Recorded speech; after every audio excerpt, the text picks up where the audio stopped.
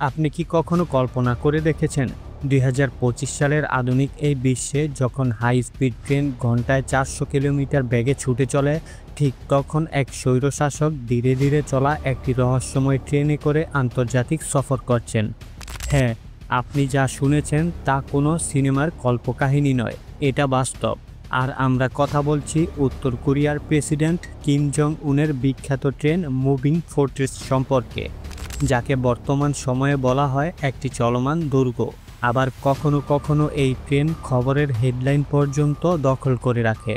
তবে আপনি জানলে অবাক হবেন, এই ট্রেনের গতি মাত্র ৬০ কিলোমিটার প্রতি ঘন্টায় ছুটে চলে তার বিশেষ গন্তব্যে। কিন্তু মাঝে মধ্যে আমার মনে প্রশ্ন জাগে, কেন এই ট্রেনের এমন অস্বাভাবিক ধীরগতি এবং এর পেছনে আসল কারণ কি? এটা কি শুধুই নিরাপত্তা, নাকি এর ভেতরে লুকিয়ে আছে আরও গভীর কিছু রহস্য যা হয়তো সবসময় সাধারণ মানুষের আড়ালেই থেকে যায়? তবে আজ আমরা জানতে চলেছি এই রহস্যময় ট্রেনের ভেতরের অজানা কাহিনী আর কিম জং উনের আসল উদ্দেশ্য। এর পেছনে রয়েছে এমন সব ক্ষমতার খেলা যা শুনে আপনি হয়তো অবাক না হয়ে পারবেন না। ২০২৫ সালের সেপ্টেম্বর, কিম জং উন আবারও পাড়ি দিলেন তার ঘনিষ্ঠ বন্ধু চীনের পথে। কিন্তু তার পছন্দ কোনো প্লেন বা বিলাসবহুল লিমোজিন গাড়ি নয়। তিনি পছন্দ করলেন তার বিশ্বস্ত এবং নিরাপত্তার চাদরে ঢাকা বিখ্যাত সেই আর্মার ট্রেন। প্রতিবারের মতো তার যাত্রা শুরু করলেন ঠিক পুরনো রুটিন মেনেই। সবুজ রঙের এই ট্রেনকে বলা হয় যেন একটি রাজকীয় দুর্গ আর নিরাপত্তার এক রহস্যময় বাহন। এখানে অন্তর্ভুক্ত থাকে প্রায় ১৬ থেকে ২১টি বগি। প্রতিটি বগি সুন্দরভাবে সাজানো, সুরক্ষিত বুলেট প্রুফ ধাতু দিয়ে মোড়ানো। শুধু তাই নয়, এই ট্রেনের দরজা ও জানালা পর্যন্ত বোমা প্রতিরোধ করার ক্ষমতা রাখে। সাথে রয়েছে স্যাটেলাইট নিয়ন্ত্রিত ফোন, সামরিক বাহিনীর সাথে যোগাযোগ ব্যবস্থা, এমনকি ভেতরে অবস্থান করেন একদল বিশেষ অস্ত্রধারী সিকিউরিটি ফোর্স, যারা প্রেসিডেন্সিয়াল নিরাপত্তার জন্য সর্বদা প্রস্তুত। আর সামনে কোনো বিপদ দেখলেই সরাসরি রয়েছে গুলি করার নির্দেশ। তবে প্রশ্ন ঘুরে ফিরে থেকে যায় সবার মনেই, কেন এত কিছু থাকার পরেও এই ট্রেন মাত্র ৬০ কিলোমিটার প্রতি ঘন্টায় গতিতে ছুটে চলে, যেখানে উত্তর কোরিয়া থেকে বেইজিং যাবার দূরত্ব প্রায় ৯৫০ কিলোমিটার। আর এই ট্রেন পৌঁছাতে সময় লাগবে প্রায় ১৬ ঘন্টা পর্যন্ত। অনেক বিশেষজ্ঞরা মনে করেন এই ধীরগতির কারণ হয়তো একটাই, আর তা হলো সর্বোচ্চ পর্যায়ের নিরাপত্তা ব্যবস্থা। আরও একটি কারণ হলো এই ট্রেন যেন কোনোভাবেই সামরিক রাডার বা বিমান হামলার জন্য সহজ টার্গেট না হয়ে ওঠে। অবাক করার মতো আরেকটি বিষয় হলো এর সামনে এবং পেছনে সবসময় অতিরিক্ত দুটি ট্রেন মোতায়েন করা থাকে। প্রথমটির নাম হলো স্কাউট ট্রেন, যার কাজ সামনের দিকে এগিয়ে গিয়ে কিম যেই ট্রেনে থাকে সেই ট্রেনের নিরাপত্তা নিশ্চিত করা। আর দ্বিতীয়টি হলো বডিগার্ড ট্রেন, এর কাজ পেছনে থেকে পাহারা দেওয়া, যেন আচমকাই পেছন থেকে কেউ হামলা চালাতে না পারে। এমনকি প্রতিটি রেল ক্রসিং, প্রতিটি স্টেশন এবং রেল লাইনের প্রতিটি ইঞ্চি অনেক আগেভাগেই সর্বোচ্চ পর্যায়ে পরীক্ষা করা হয়, যেন অনাকাঙ্ক্ষিত কোনো দুর্ঘটনা ঘটার সম্ভাবনা না থাকে। এই বিশেষ ট্রেনে চড়ে কিম জং উন শুধু ভ্রমণ করেন না, এটি যেন তার জন্য একটি চলমান ওভাল অফিস, যেখানে রয়েছে সর্বোচ্চ নিরাপত্তা ব্যবস্থা, রয়েছে লাক্সারিয়াস খাবার দাবার, সম্মেলন কক্ষ, নিরাপত্তা কর্মী এবং যে কোনো পরিস্থিতিতে সামরিক কর্মকর্তাদের সাথে জরুরি বৈঠক করার বিশেষ সুযোগ। আর এটাই যেন উত্তর কোরিয়ার নিরাপত্তা ব্যবস্থার এক রহস্যময় চিত্র।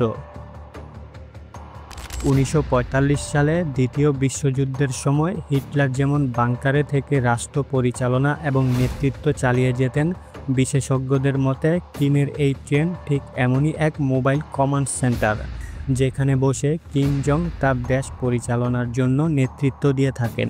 তবে বারবার প্রশ্ন উঠছে একটাই, ২০২৫ সালে এসে কিম জং উন কেন এমন সব রহস্যময় সফর করছেন? বিশ্লেষকরা মনে করছেন কিম জং উনের এই সফর কেবলমাত্র রাষ্ট্রীয় সফর নয়, বরং এটি ভূরাজনৈতিক এবং কৌশলগত এক সফর, যেখানে বারবার সতর্কতামূলক বিশেষ বার্তা দেওয়া হচ্ছে বিশ্বমোড়ল আমেরিকাকে। সাম্প্রতিক সময় চীনের পক্ষ থেকে ইতিহাস কাঁপানো এক বিশাল সামরিক কুচকাওয়াজ অনুষ্ঠিত হতে যাচ্ছে। আর উত্তর কোরিয়া চাইছে চীনের সাথে তার সামরিক এবং রাজনৈতিক সম্পর্ক আরও বেশি গভীর করতে। কারণ অনেকেই মনে করছেন পুরো বিশ্ব থেকে আলাদা হয়ে পড়া উত্তর কোরিয়ার জন্য এই অনুষ্ঠানে যোগ দেওয়াটা খুবই গুরুত্বপূর্ণ। এই সফরের মাধ্যমে কিম বোঝাতে চাচ্ছেন সমগ্র বিশ্বে তার এখনও অনেক বন্ধু রাষ্ট্র রয়েছে এবং সেই মিত্রটি হলো চীন, যারা কিনা বর্তমান সময়ে বিশ্বের অন্যতম শক্তিশালী এক পরাশক্তি আর পরবর্তী বিশ্বের অঘোষিত এক সুপার পাওয়ার। কিন্তু কিম জং উনের এই রহস্যময় ট্রেন কেবল ভ্রমণের একটি বাহন নয়, এটি কৌশলগতভাবে এক রাজনৈতিক বার্তা দেয় পুরো বিশ্বকে। তিনি হয়তো আকাশপথেও ভ্রমণ করতে পারতেন, যেখানে থাকতো আধুনিক হেলিকপ্টার আর বিলাসবহুল সব প্লেন, কিন্তু তিনি পছন্দ করলেন সেই অদ্ভুত একটি ট্রেন যেটা তার বাবা কিম জং ইল এবং তার দাদা কিম ইল সুং অনেক আগে থেকেই ব্যবহার করতেন। এজন্যই অনেকে মনে করেন পৈতৃক সূত্র ধরেই হয়তো কিম ভ্রমণ করতে পছন্দ করেন এই রহস্যময় ট্রেনে করে। কিমের এই যাত্রা শুধুমাত্র নিরাপত্তা নয়, বরং একটি ঐতিহাসিক উত্তরাধিকারের চিহ্ন বহন করে। এটি দেখায় যে তিনি তার শাসন এবং ক্ষমতার ধারাবাহিকতা এখনও পর্যন্ত পুরো বিশ্বের মাঝে ধরে রাখতে পেরেছেন। অথচ এই ট্রেন যতই শক্তিশালী হোক না কেন, এটি গন্তব্যের পথে ছুটে চলে খুবই ধীরগতিতে, যা কিনা আধুনিক বিশ্বের ট্রেনের কাছে খুবই নগণ্য। অনেকেই বলেন এই ট্রেনের গতি হিসেব করে উত্তর কোরিয়ার অভ্যন্তরীণ অর্থনীতি ও প্রযুক্তির গতি হিসেবেও ব্যাখ্যা করা যায়। বর্তমান বিশ্ব যখন এআই, চাঁদে মিশন আর হাই স্পিড ট্রাভেল নিয়ে এগিয়ে যাচ্ছে, তখন কিম জং উনের ট্রেন যেন এক প্রতীক, এক অনুস্মারক তার দেশের জন্য, যা বিশ্ব থেকে আলাদা হয়ে এক ছায়া জগতে কোনো রকম বেঁচে রয়েছে। এই ট্রেন শুধু একটি বাহন নয়, এটি হলো একটি শাসনের প্রতীক, একটি ইতিহাসের দ্বারা, আর এক আতঙ্ক ও রহস্যে ঘেরা প্রাসাদ, যা প্রতি সফরে সঙ্গে করে নিয়ে যায় এক গোপন গল্প।